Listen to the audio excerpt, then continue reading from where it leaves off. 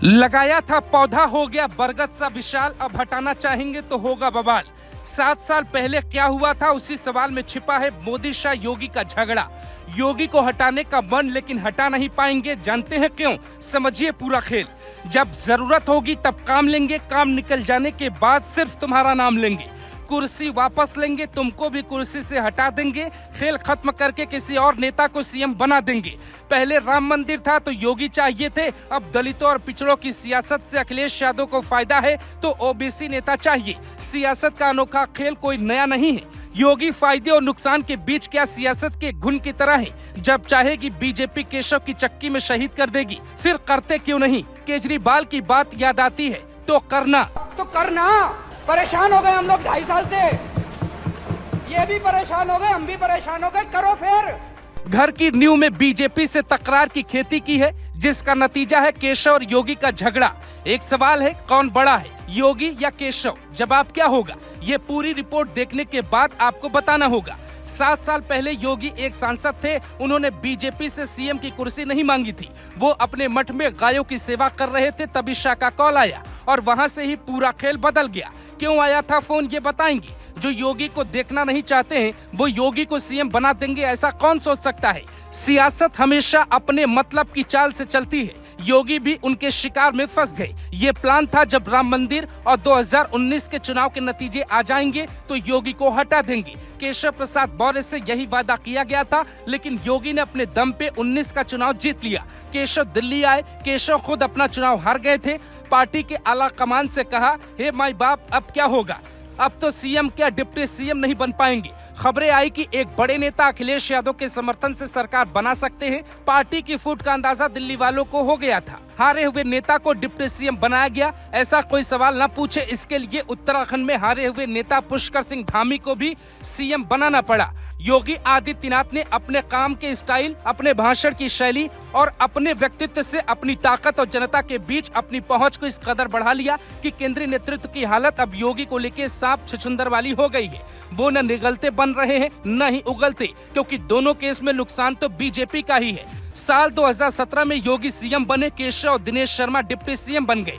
यहीं से बीजेपी की फूट की नींव पड़ जाती है। केशव के पास जो विभाग होता है उसमें योगी कंट्रोल चाहते हैं और केशव सीएम के काम में दखल चाहते थे। ये बात दिल्ली पहुंची और कभी मोदी शाह इसको संभाल नहीं पाए।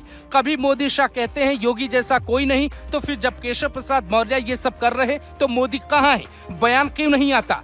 मोदी शाह ये क्यों नहीं कहते केशव से कि पार्टी के लिए ठीक नहीं है? मोदी को पता था 22 का चुनाव बीजेपी योगी के दम पर जीतेगी, तो योगी के साथ फोटो ली गई। और अब योगी का नाम मोदी शाह के मुंह पर क्यों नहीं आता? योगी और दिल्ली के बीच मनमुटाव वाली कहानी पर्दे के पीछे तो 2022 के चुनाव से करीब 1 साल पहले से ही शुरू हो गई थी, लेकिन अब 2024 के लोकसभा चुनाव के नतीजों के बाद खुलकर सबके सामने आ गई और एक मंच से ही खुलेआम दोनों तरफ से शब्दबाढ़ चलने शुरू हो गए। एक ने कहना शुरू किया कि संगठन बड़ा है, सरकार नहीं, तो दूसरी तरफ से कहा जा रहा है यूपी में हार की वजह अति आत्मविश्वास है। हम केशव और योगी दोनों को सुनवाते हैं। और वह अति आत्मविश्वास कहीं न कहीं हम लोगों को जहां चोट पहुंचाने में, उस विश्वास पर खरा उतरने में, उन अपेक्षाओं पर खरा उतरने में, जहां कहीं न कहीं उस विश्वास पर कहीं न कहीं चोट पहुंची, वहीं साथ ही साथ जिस विपक्ष ने चुनाव के पहले हिम्मत हार करके बैठ गया था,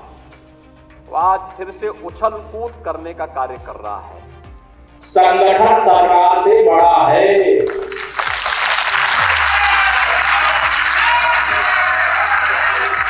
संगठन से बड़ा कोई नहीं होता है। संगठन सरकार से बड़ा है, बड़ा था, बड़ा रहेगा। योगी शिवराज की तरह इतने सरल नहीं है कि बिना युद्ध लड़े आसानी से घुटने टेक दे, बल्कि योगी तो विपरीत से विपरीत हालात में अपनी सियासी लड़ाई लड़ने और जीतने के लिए जाने जाते हैं। योगी की एक खासियत और है कि वो यूपी में अपनी धाक को तो रखते ही है, उसके साथ भारत के कई राज्यों में भी उनकी लोकप्रियता बीजेपी के कई बड़े नेताओं से ज्यादा है। और संसदीय राजनीति की अगर बात करें तो मोदी, शाह और नड्डा जैसे नेताओं से भी ज्यादा सीनियर है। जहां तक बात कदकाठी की है तो मोदी के बाद पार्टी के सबसे लोकप्रिय कद्दावर नेता माने जाते हैं योगी में पार्टी और देश को भविष्य का प्रधानमंत्री नजर आता है।